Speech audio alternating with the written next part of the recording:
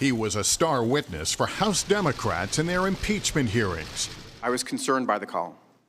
What I heard was inappropriate.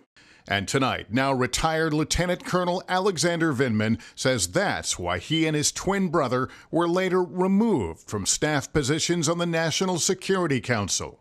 You have no doubt that it was the president that ordered your dismissal from the White House.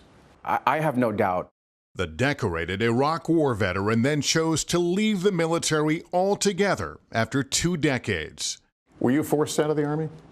Nobody told me that I had to leave. As a matter of fact, if the president were not to be reelected, for instance, I probably could have continued on.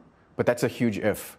If he were to be reelected, the joke was that I'd end up in a radar station in Alaska. It all stemmed from that July 2019 phone call. Vindman was listening in to the conversation between President Trump and Ukraine's president, in which Mr. Trump asks Ukraine to investigate the business dealings of Joe Biden's son, Hunter. Inappropriate? Absolutely. Illegal? I suspected it was illegal, but what I knew immediately was that it was wrong, and my duty was to report it. Vindman says he told the NSC's legal counsel and others, but says he does not know for sure who filed the whistleblower complaint.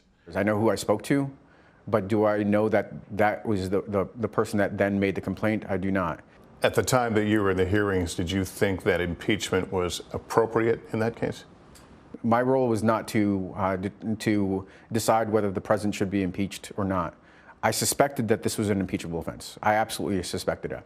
I suspected as soon as I heard the call that if this became public, that the president would be impeached. No doubt about it. The president was acquitted by the Senate, and the White House has said there was nothing wrong with the phone call. I call it a perfect call. I always will call it a perfect call. And he reported it totally differently. The president suggested you are a never-Trumper. Are you a never-Trumper? I could say that I'm now a never-Trumper. I was not a never-Trumper before. I was nonpartisan. I would be, regardless of what administration, I would just try to do the best I could to advance national security interests.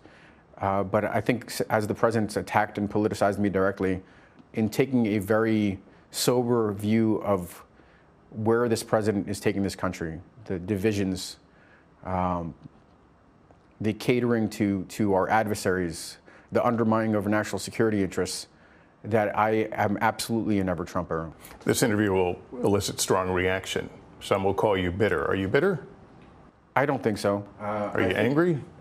I don't think so. I hope I don't come across that way. I've assumed what I analyze to be a significant amount of personal risk, reputational risk, to come out here and to talk to you with one hope in mind. And that hope is to share a perspective that could somehow inform an electorate going into the most important election of our lifetime, and maybe persuade them to choose an alternative to what we have, and an alternative to 4 more years of disaster.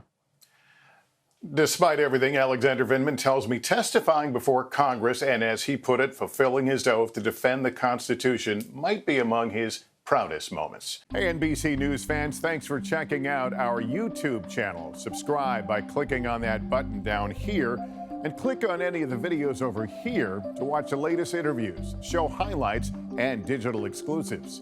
Thanks for watching.